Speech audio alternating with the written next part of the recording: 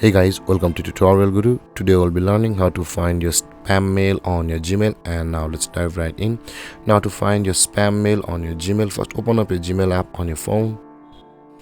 And after opening your Gmail app guys, on this interface at the top left corner of the screen you can see the three lined icon available for us. Tap on the three lined icon at the top left corner of the screen, and this kind of tab will appear where you can see there are a lot of options. Now in order to find the spams, just scroll up a little bit and you'll be able to see the spam option available for us.